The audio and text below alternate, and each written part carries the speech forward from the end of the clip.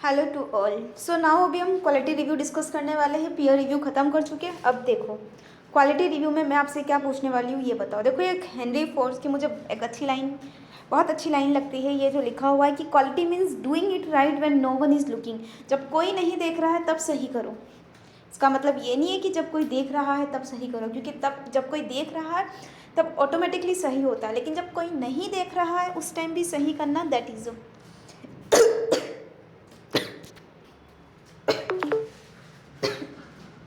Extremely sorry. Extremely मतलब क्या, अचानक से I am very very sorry please. अब देखो सबसे पहले SQC1 तुमने पढ़ा है ना। SQC1 क्या बोलता है? SQC1 SQC1 पता है ना तुमको? SQC1 क्या बोलता है? क्या बोलता है बताना।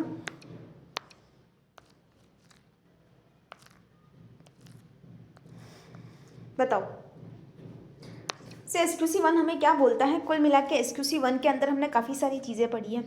उसके अंदर हमने कुछ छोटी मोटी चीज़ें जो आप हमसे कहेंगे वो हमने पढ़ी है कि SQC1 बताता है कि लीडर की क्या रिस्पॉन्सिबिलिटी होती है ना।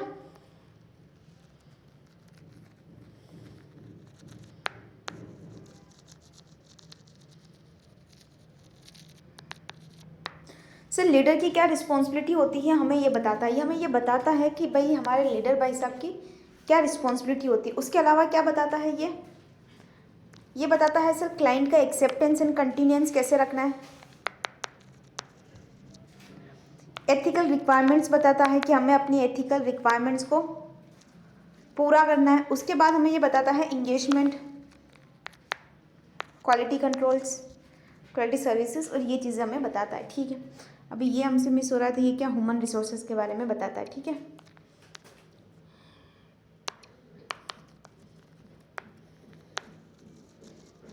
सर ये कहाँ याद होगा हमको? SQC1 में हमको याद हो जाएगा। यहाँ हमको सिर्फ रेट लगाने का रहता है। ठीक है, कुछ एग्जांपल्स दे रखे हैं इन्होंने कि examples of important areas as per the quality review report 1890 in accordance with the standard of quality. मतलब कुल मिला के क्या क्या इंपॉर्टेंट एरियाज होते हैं, इन्होंने कुछ इंपॉर्टेंट एरियाज के नाम हमें बता रखे हैं कि भाई साहब ये इंपॉर्टेंट एरियाज होते हैं as per quality review report. तो कौन कौन से इंपॉर्टेंट एरियाज होते हैं? Whether the audit form establish and implicate policies and procedures on all the elements of system of quality control. सबसे पहला होता है हम ये देखने की कोशिश करते हैं कि भाई साहब तुमने जितनी भी पॉलिसीज एंड एस्टेब्लिश करी है या नहीं करी है। क्या एस्टेब्लिश करी है या नहीं करी है सर? क्या एस्टेब्लिश करी है या नहीं करी है? बोला पॉलिसीज एंड प्रोसीजर्स किसके लिए sir? System of quality control. तो हमारा मकसद क्या होता है? ये चेक करना कि भाई साहब क्या करना, तुमने सिस्टम ऑफ क्वालिटी कंट्रोल, आप बोलोगे मैम पीयर रिव्यू में भी था अश्योरेंस ऑफ क्वालिटी, यहाँ पर क्वालिटी कंट्रोल, यानी आपने quality control system of quality control के लिए किस तरीके की पॉलिसीज एंड प्रोसीजर्स लगा रखी है।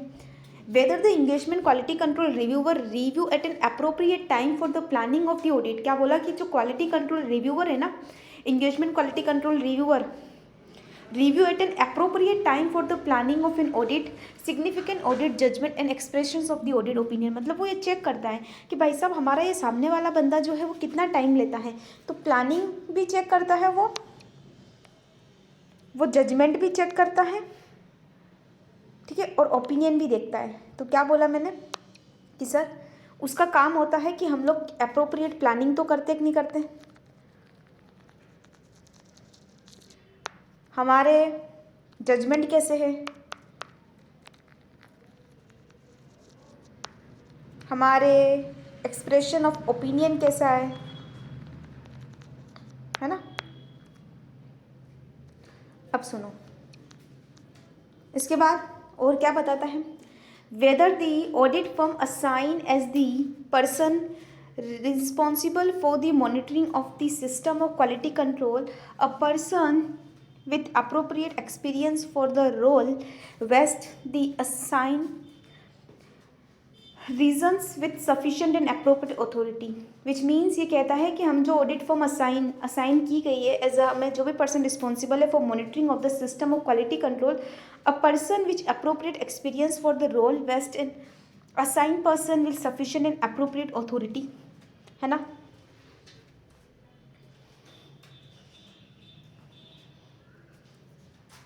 यानी सर हमारा कहने का मतलब है कि जिसको भी काम दिया जा रहा है वो एक्सपीरियंस तो रखता है कि नहीं रखता है ना। तो सर जो भी पर्सन को हम कहते हैं भाई आप चीज़ों को मॉनिटर करोगे,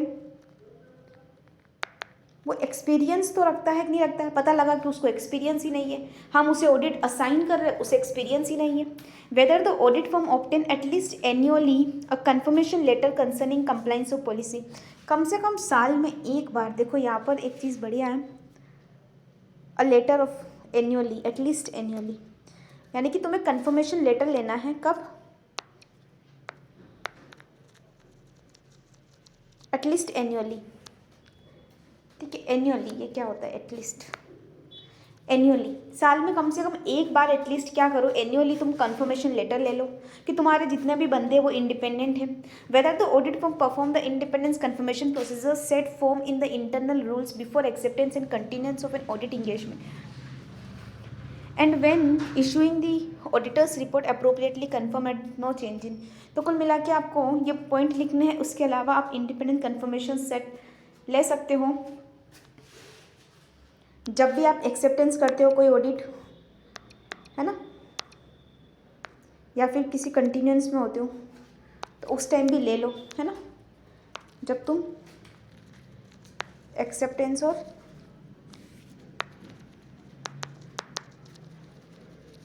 कंटिन्यूएंस में हो तब भी ले लो। अच्छी बात है, लेना कोई बुरी बात तो है नहीं, है ना, तो ले लो। इस तरीके से ये बताता है।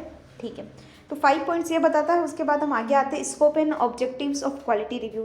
क्या क्या स्कोप एंड ऑब्जेक्टिव्स है क्वालिटी रिव्यू के, तो समझने की कोशिश करते हैं अपन धीरे धीरे कि सर ये स्टैट्यूटरी ऑडिटर की इंश्योर करने की कोशिश करता है कि compliance applicable technical standard in India and professional जो भी है उसके अकॉर्डिंग किया नहीं किया। मतलब इसका काम ये है कि टेक्निकल स्टैंडर्ड के साथ, टेक्निकल स्टैंडर्ड्स के साथ काम होता है कि नहीं होता है, प्रोफेशनली काम होता है कि नहीं होता, एथिकल स्टैंडर्ड्स फॉलो होते या नहीं होते।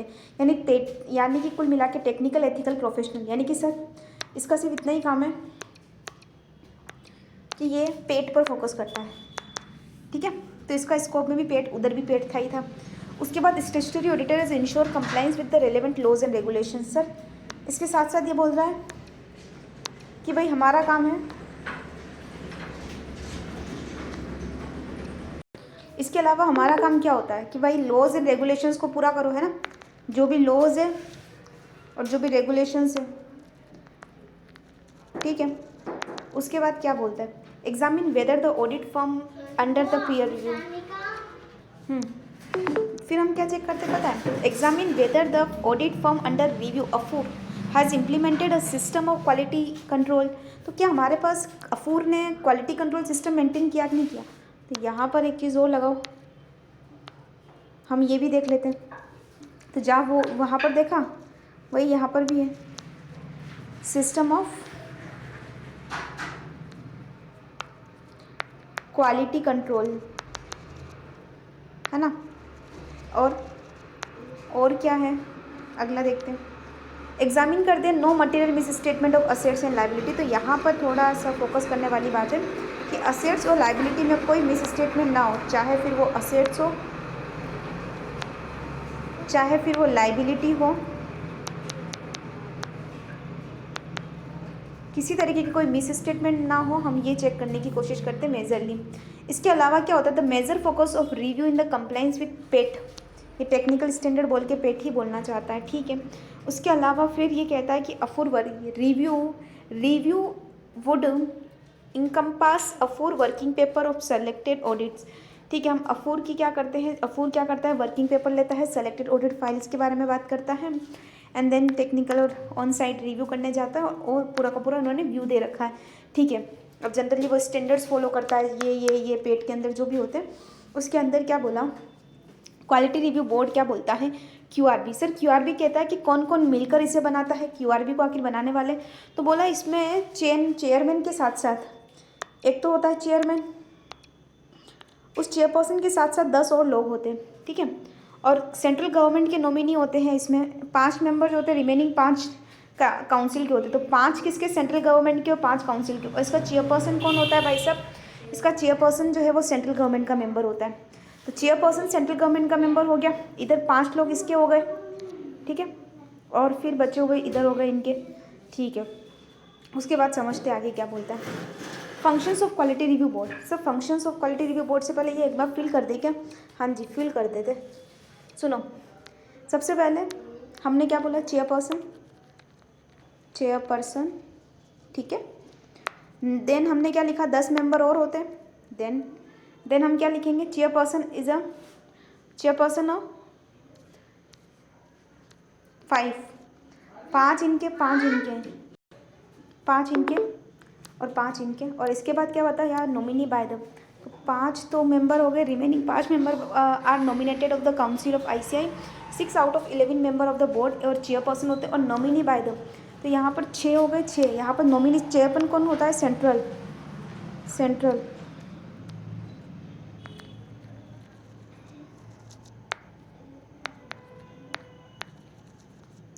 सेंट्रल गवर्नमेंट के लोग ही होते हैं, ठीक है।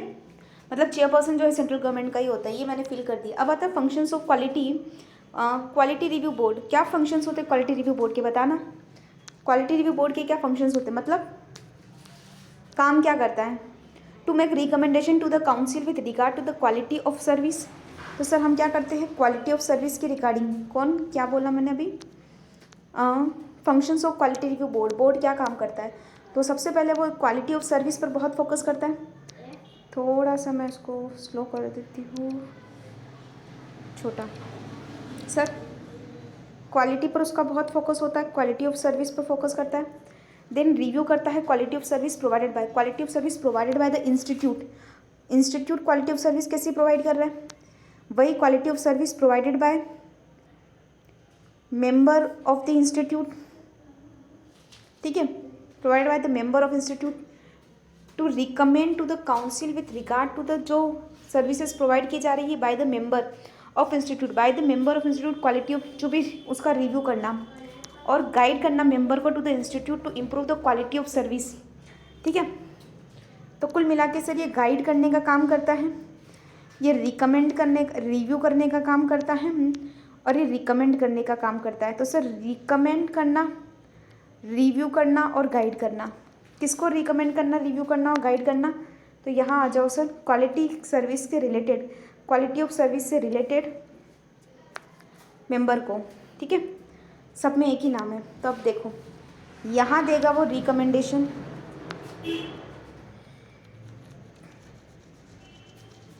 ठीक है।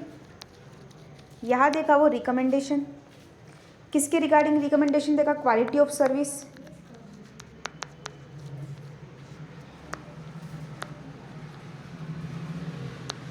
उसके अलावा वो क्या करता है? रिव्यू करता है। किस बात का रिव्यू करता है? क्वालिटी ऑफ सर्विस का।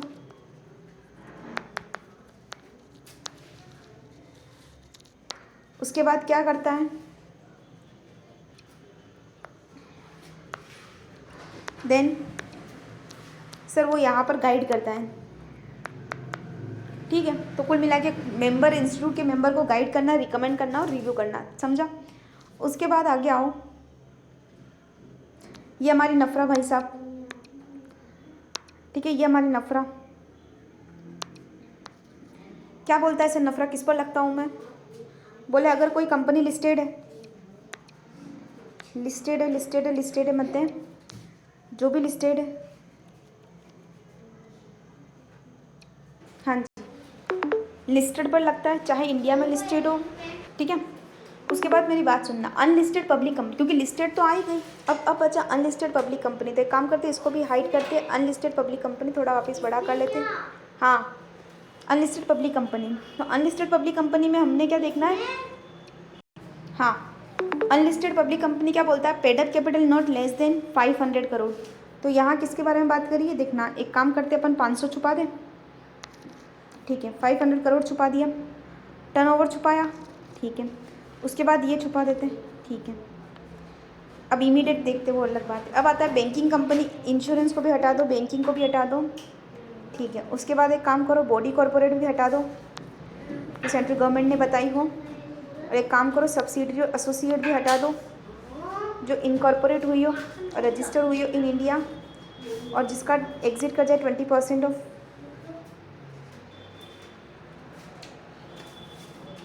हाँ, तो यहाँ पर क्या समझ में आया, नेटवर्थ है ना, नेटवर्थ ही है ना 20%। ठीक है, देखते हैं। अब सुनो, किस पे लगता है नफ़रा, क्या है पूरा नफ़रा की कहानी समझते हैं। सबसे पहले सर लगता है लिस्टेड पर, ये लगा दिया। उसके बाद आपने बोला कि सर अनलिस्टेड पर, ये लो। आप बोलो कि अनलिस्टेड पे मैम थोड़ी लिमिट है, बताओ पहले। ये लिमिट क्या है सर, वो लिमिट वो लिमिट है मैम, यहाँ पर हम देखते हैं उसका पेड अप शेयर कैपिटल 500, ठीक है, लेस देन 500 करोड़, उस पर नहीं लगती। सर टर्नओवर 1000 है, उस पर नहीं लगती। और ये आउटस्टैंडिंग लोन 500 है, उस पर भी नहीं लगती। देन ठीक है, देन तुम बैंकिंग पर भी नहीं लगाते, इंश्योरेंस पर भी नहीं लगाते।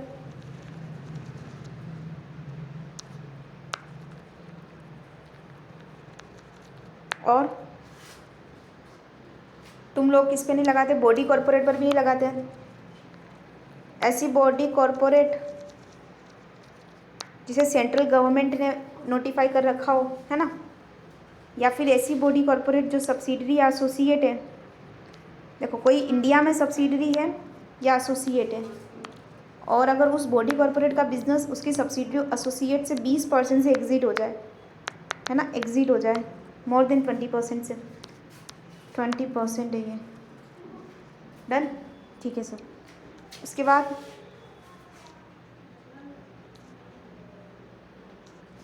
अब देखो, powers of quality review board. Sir क्या पावर्स होती है क्वालिटी रिव्यू बोर्ड के पास?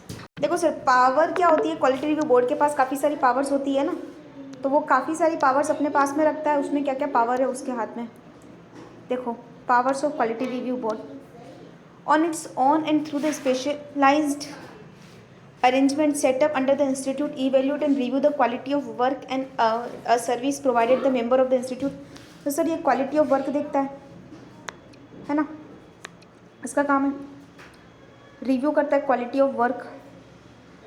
तो कुल मिला के इसका काम क्या है, क्वालिटी देखना।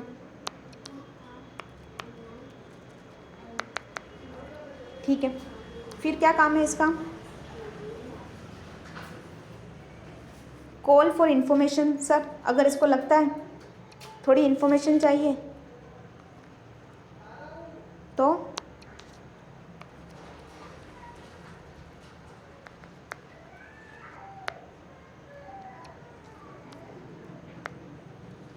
कुछ इन्फॉर्मेशंस उसके बाद मंगवानी है, मंगवा सकता है, इनवाइट कर सकता है एक्सपर्ट को to provide expert technical advice, invite expert और analysis for the matter issue of the board as a field relevant for the. Sir invite कर सकता है एक्सपर्ट्स को, अगर किसी मैटर्स को उन्हें लगता है तो वो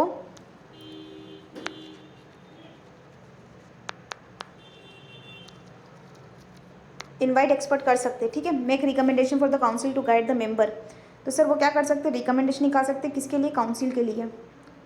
तो ये लिखना ज़रूरी है कि वो काउंसिल टू गाइड,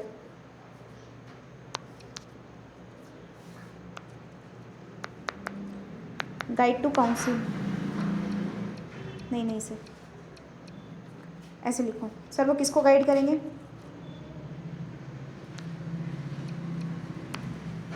काउंसिल को।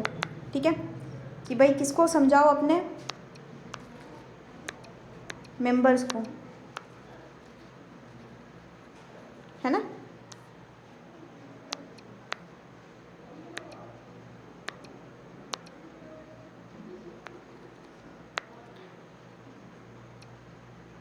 आ जाओ भाई, आ जाओ फटाफट आओ। ये हो गया तुम्हारा, ठीक है। तो क्या बातें बोली मैंने, बोल दी थी मैंने, बोला 4 काम करेगा वो, क्वालिटी देखेगा, सर्विस और जो भी उसका वर्क है, उसके बाद इनकॉर्पोरेशन इन्फॉर्मेशन देखेगा, उसके बाद वो एक्सपर्ट के बारे में, वो काउंसिल की और मेंबर के बारे में बात करेगा, काउंसिल को गाइड कर सकता है, मेंबर को ये सब सिखाओ। Coverage of service of quality review. Sir क्या क्या सर्विस जो होती है वो कवरेज में आती है, तो quality of standard audit, statutory audit and reporting of statutory और क्वालिटी कंट्रोल फ्रेमवर्क। तो सर इनकी क्या क्या कवरेज में आता है, देखो ये लोग ऑडिट करने जाते हैं ना, तो इनकी कवरेज में क्या क्या आता है, तो स्टेचुटरी ऑडिट आता है और quality control framework adopted by the AFUR conducting the तो sir quality control framework AFUR मतलब जो फर्म है उसका जो क्वालिटी कंट्रोल है, ठीक है। तो कुल मिला के क्वालिटी ऑफ स्टैट्यूटरी ऑडिट कि वो कैसे रखते हैं, तो यहाँ पर दो चीज़ें मेंटेन करना आपको ज़रूरी है, statutory audit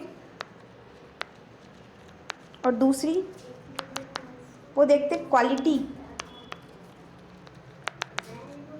of quality control, ठीक है। ये दोनों काम इनका है। एक्सक्लूज़न क्या होता है, तो ध्यान रखना आ सकता है एग्ज़ाम में कि ये लोग ये चीज़ें नहीं करते।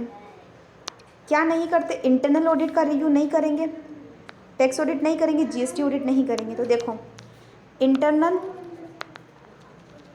टैक्स और जीएसटी इनसे इनका कोई लेना देना नहीं है, ठीक है, समझी गया? ठीक सर। आगे देखो, आगे क्या बोल रही हूँ मैं, हाँ, इनका कोई मतलब नहीं है review of service provided by the member of the institute as an employment. Sir जो मेंबर एम्प्लॉयमेंट में है ना, उनसे इनका कोई वास्ता नहीं है, एम्प्लॉयमेंट वालों से कोई वास्ता नहीं है, मतलब है ना।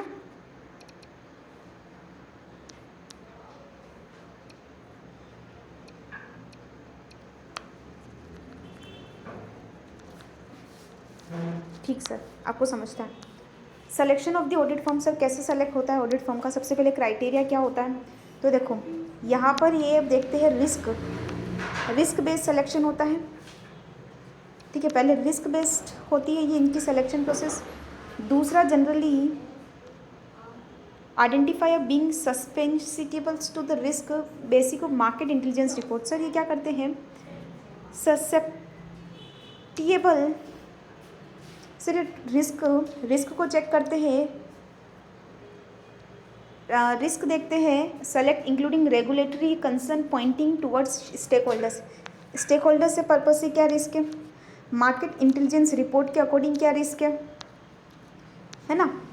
रिपोर्ट फ्रॉड, अगर कोई फ्रॉड की बात है तो serious accounting irregularities in the financial statement highlighted by the media and other reports, serious accounting irregularities, ठीक है, अगर कुछ है तो कुछ अकाउंटिंग, और दूसरा नॉन कंप्लाइंस। तो कुल मिला के ये थोड़ा है। इसके अलावा देखना joint auditor if require all joint auditor may be reviewed as may be. अब in case of a joint auditor if require all joint auditor may be reviewed, तो सर यहाँ पर ऑल जॉइंट ऑडिटर, ठीक है। The board में also review the quality of statutory audit services of AFUR with the view of assessing the quality of statutory audit and reporting by the statutory audit and their quality controls, ठीक है। तो यहाँ पर generally हम बात करते हैं दी board में also review the quality of assurance service, ठीक है। तो कुल मिला के assurance service quality of statutory audit देखने के लिए भी कर सकते हैं। इसके अलावा board shall not consider the complaints receive from individual, board shall not consider from companies and, ठीक है, officer which shall be continue dealt in the accordance with the complaints from any only regulatory bodies and other media reports involve serious. Sir अगर कोई media report सामने आई, इसके अलावा देखना कोई media के कमेंट्स आए या फिर स्व मोटो क्वालिटी रिव्यू करवा सकते, या फिर secretariat should place the detail of entity and audit firm which may be selected by the quality review, या फिर ऐसी फर्म जो क्वालिटी रिव्यू के लिए सेलेक्ट हुई है। तो मेरी बात सुनो, कुछ पॉइंट आपको लिखने पड़ेंगे। Other than the specified of rule 3(1) NFRA may selected on the basis of, NFRA generally select कर सकती है, नफरा क्या कर सकती है, सेलेक्ट कर सकती है। तो मेरी बात सुनो, अब आ जाओ, पहली चीज़ कौन कर सकता है भाई साहब, आपकी फर्म अगर इसके अंदर नहीं भी आ रही है तो नफरा है वो पावर, चाहेगी तो आपकी फर्म सेलेक्ट कर लेगी, ठीक है। उसके बाद सुनो, कौन से बेसिस पर सर, रिस्क बेस।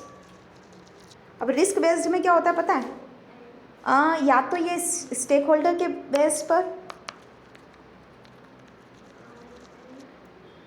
या फिर ये अपने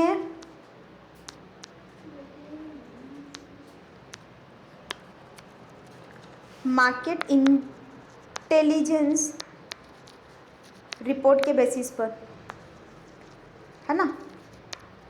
उसके बाद हाँ, यहाँ पे भी रिस्क ही हो, कुछ और नहीं है। रिस्क एक मार्केट के बेसिस पर देखकर पता लगाकर, एक शेयर होल्डर के बेसिस पर, एक अगर फ्रॉड हुआ है तो नफरा करवा सकती है, या फिर अगर आपके यहाँ अकाउंटिंग मिस्टेक्स, इरेगुलरिटीज़, अगर कोई अकाउंटिंग इरेगुलरिटी, ठीक है, वो भी बहुत सीरियस।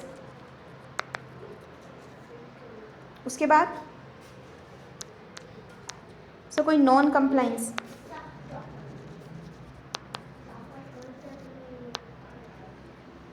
उसके बाद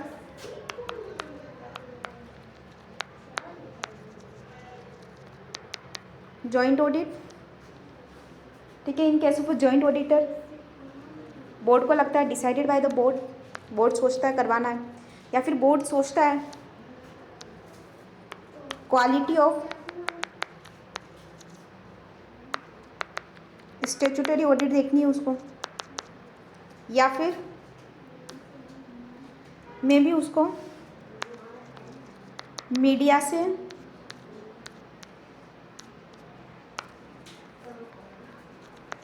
रिपोर्ट्स मिल रही, या फिर स्वो मोटो उसको लगता है भाई करवाना है तो करवा दे पेज में, ठीक है। या फिर तुम लोगों को लगता है कि भाई सिलेक्शन फॉर क्वालिटी रिव्यू, आपको क्वालिटी रिव्यू करना है, करवा दिया, कोई फ़र्क नहीं पड़ता ना, ठीक है। ये सारी चीज़ें के बाद आ जाओ आप पहले basic based criteria based on audit firm. तो ये क्राइटेरिया जो होता है, selection of audit firm should also made for quality review statutory audit work on random basis. Sir एक ये ना, ये देखो, ये रैंडम बेसिस पर भी हो सकता है, कोई बड़ी बात नहीं है कि ऐसे ही आपको कुछ हम एक रीज़न दे या उसी के बेसिस पर करेंगे, ठीक है। अगर हमें लगता है तो हम रैंडम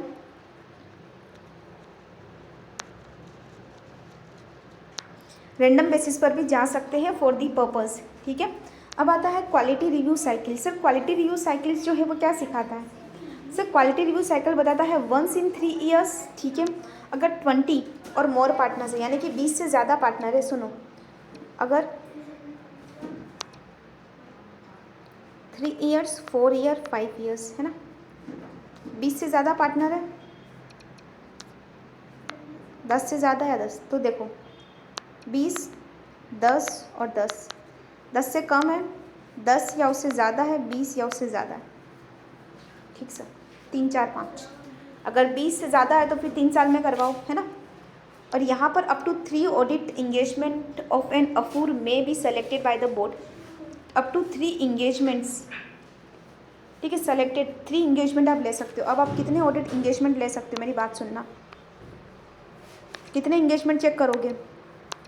3 ऑडिट इंगेजमेंट,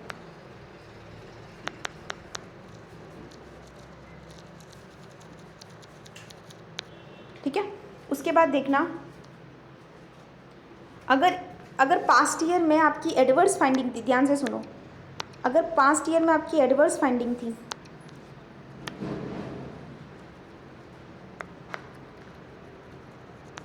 तो भाई साहब इस बार आपके लिए मोर चांसेस है कि मोर देन 3 असाइनमेंट,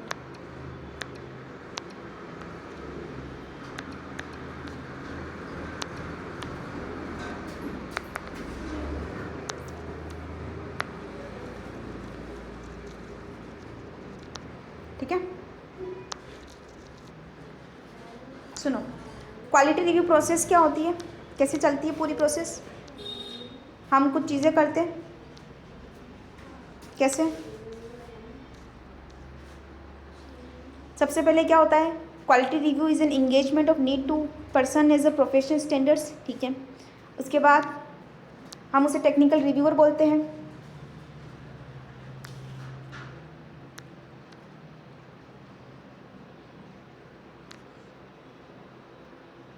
अब आ जाओ इम्पेनलमेंट ऑफ टेक्निकल रिव्यूअर। सर एक टेक्निकल रिव्यूअर का इम्पेनलमेंट है, वहाँ से अपन ले लेते हैं। इसके लिए पता है इन्होंने कुछ बोल रखा है, minimum 15 year of post qualified experience as a chartered accountant, be current active in a practice of accounting and auditing.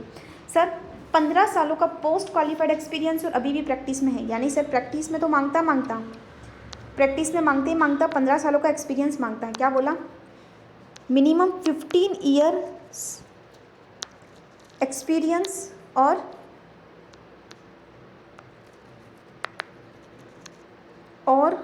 यहाँ पर लिखो अभी भी प्रैक्टिस में है।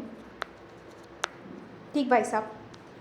Reviewer should have handle as a signing partner proprietor at least 3 statutory audit assignment at a central audit of bank, public limited companies, government company और private company जिसका annual turnover कितने करोड़ से ऊपर रहा हो, 50 करोड़ रुपये से ऊपर रहा हो, कितने about during the last 10 financial year में कम से कम आपने ऐसी 3 स्टेचुटरी ऑडिट ली हो। ठीक है, और 3 स्टेचुटरी ऑडिट में एटलीस्ट पता है 1 जो होनी चाहिए वो क्या होनी चाहिए, प्राइवेट अदर देन प्राइवेट होनी चाहिए। क्या बोला मैंने? मेरी बात पर फोकस किया करो। मैंने बोला सर 50 करोड़, यानी मेरी बात सुनना, annual turnover of ₹50 crore. Annual turnover कितने का होना चाहिए? 50 करोड़ का। ठीक है, एक प्राइवेट कंपनी का, या फिर तुम्हारे पास किसी बैंक का, या तो किसी बैंक का या पब्लिक PSU का, गवर्नमेंट का, प्राइवेट का, जिसका पास 50 करोड़ से ज़्यादा का तुम्हारे पास टर्नओवर हो। ठीक है, more than 50 crore, annual turnover having ₹50 crore, 50 crore या उससे ज़्यादा हो। ठीक है, या अबाउ। अब मेरी बात समझना, कितने असाइनमेंट? 3 स्टेचुटरी करी हो कम से कम, और उसमें एक जो है वो अदर देन प्राइवेट हो। कब करी हो सर? पिछले 10 सालों में। ठीक है, और बोलो। अब यहाँ बोला है कि सर यहाँ पर as a chartered accountant under act laws taken pending last 3 year, मतलब कोई भी pending against him disciplinary actions pending during the last 3 financial year, कोई भी डिसिप्लिनरी एक्शंस ना हो,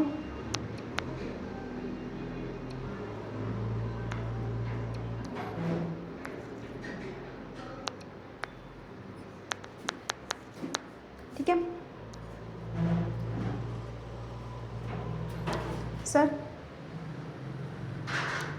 वो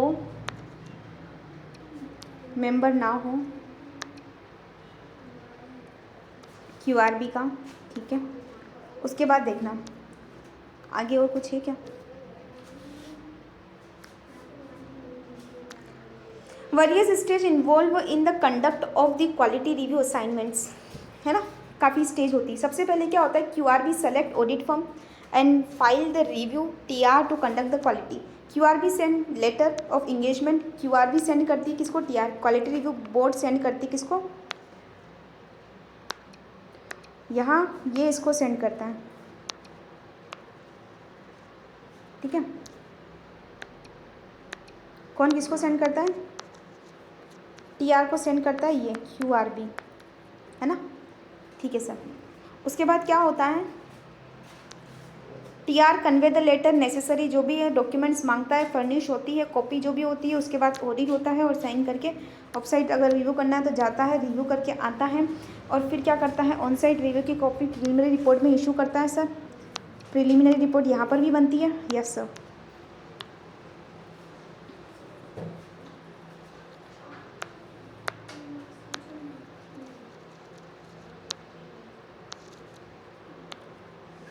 उसके बाद यहाँ पर सर प्रिलिमिनरी रिपोर्ट बनती है, उसके बाद यहाँ पर within 7 days final report issue होती है। सब वो सेंड करता है ना फाइनल रिप्लाई, उसके कितने दिन में?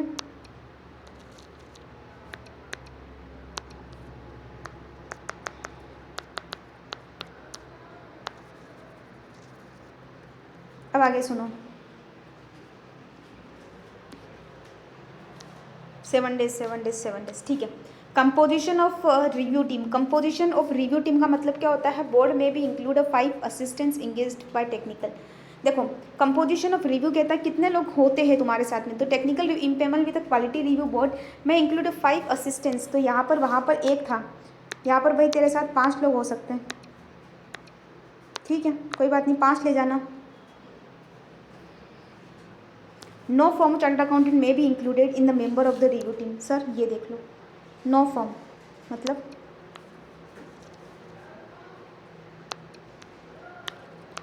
No firm of CA।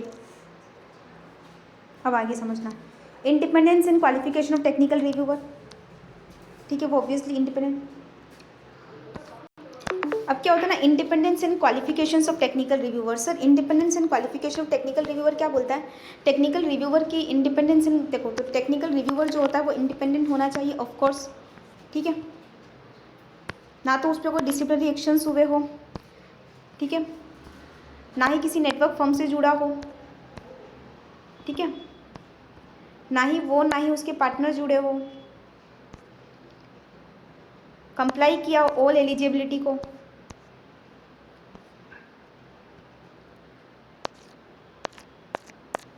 जहाँ अफूर का हेड ऑफिस हो उस वहाँ के एरिया से ना जुड़ा हुआ हो, कुल मिलाकर कोई डिसिप्लिनरी एक्शंस ना हो उसके ऊपर, नेटवर्क से ना जुड़ा हो, ना ही उसके पार्टनर नेटवर्क से जुड़े हो, वो इनएलिजिबल नहीं हो, और कुल मिला के उस सिटी और उस रीजन में अफूर का हेड ऑफिस नहीं होना चाहिए जहाँ से वो बिलोंग करता है। जैसे मैं बिलोंग करती हूँ इस डिस्ट्रिक्ट बोल दो, या फिर एक डिस्ट्रिक्ट बोल दो, इस डिस्ट्रिक्ट से बिलोंग करती हूँ, इस सिटी से बिलोंग करती हूँ, उस सिटी से, तो उस सिटी उस रीजन का वो नहीं होना चाहिए। इंडिपेंडेंस ऑफ असिस्टेंट भी क्या इंडिपेंडेंट होना चाहिए? हाँ सर, ये बोला कि सबसे पहले वो CA होना चाहिए, तो चलो CA, वो CA होना चाहिए। और फिर बोला कि सर दोनों डिस्क्वालिफिकेशंस, ठीक है, डिस्क्वालिफिकेशन अटैच ना करता हो, कॉन्फिडेंशियलिटी मेंटेन करता हो, उसके बाद at least 1 year as a member और as a partner in the CA firm. Sir at least 1 year as a member या फिर partner of a CA firm, यानी कम से कम उसे एटलीस्ट 1 साल हो गया हो मेंबर बने हुए, या फिर किसी CA फर्म में पार्टनर है वो, ठीक है। नॉट एसोसिएट विथ, सर वो एसोसिएट ना हो, नॉट एसोसिएट 3 सालों तक, उसके बाद कोई डिसिप्लिनरी एक्शंस उसके ऊपर भी ना हुए हो, ठीक है। नाउ कॉन्फिडेंशियलिटी रखना है सबको, टेक्निकल रिव्यू को कुछ गाइडेंस दे रखी है, ऑन साइट रिव्यू करने जाएगा तो। Then stage wise approach,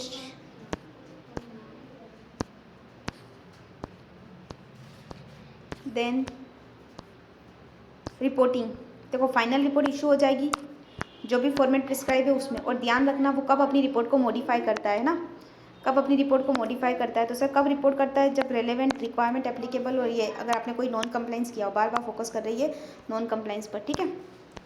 then basic elements of the review reports, basic elements बता रखे क्या होते हैं, and types of report issued, क्या क्या रिपोर्ट इशू की जा सकती है, टाइप्स ऑफ रिपोर्ट इशूड। तो यहाँ पर काफ़ी सही रिपोर्ट के नाम दे रखे, एक बार ओनली जस्ट रीड, कुछ इलस्ट्रेशंस दे रखे, उसके बाद कुछ considerations of report for the quality review group, actions में भी रिकमेंडेड।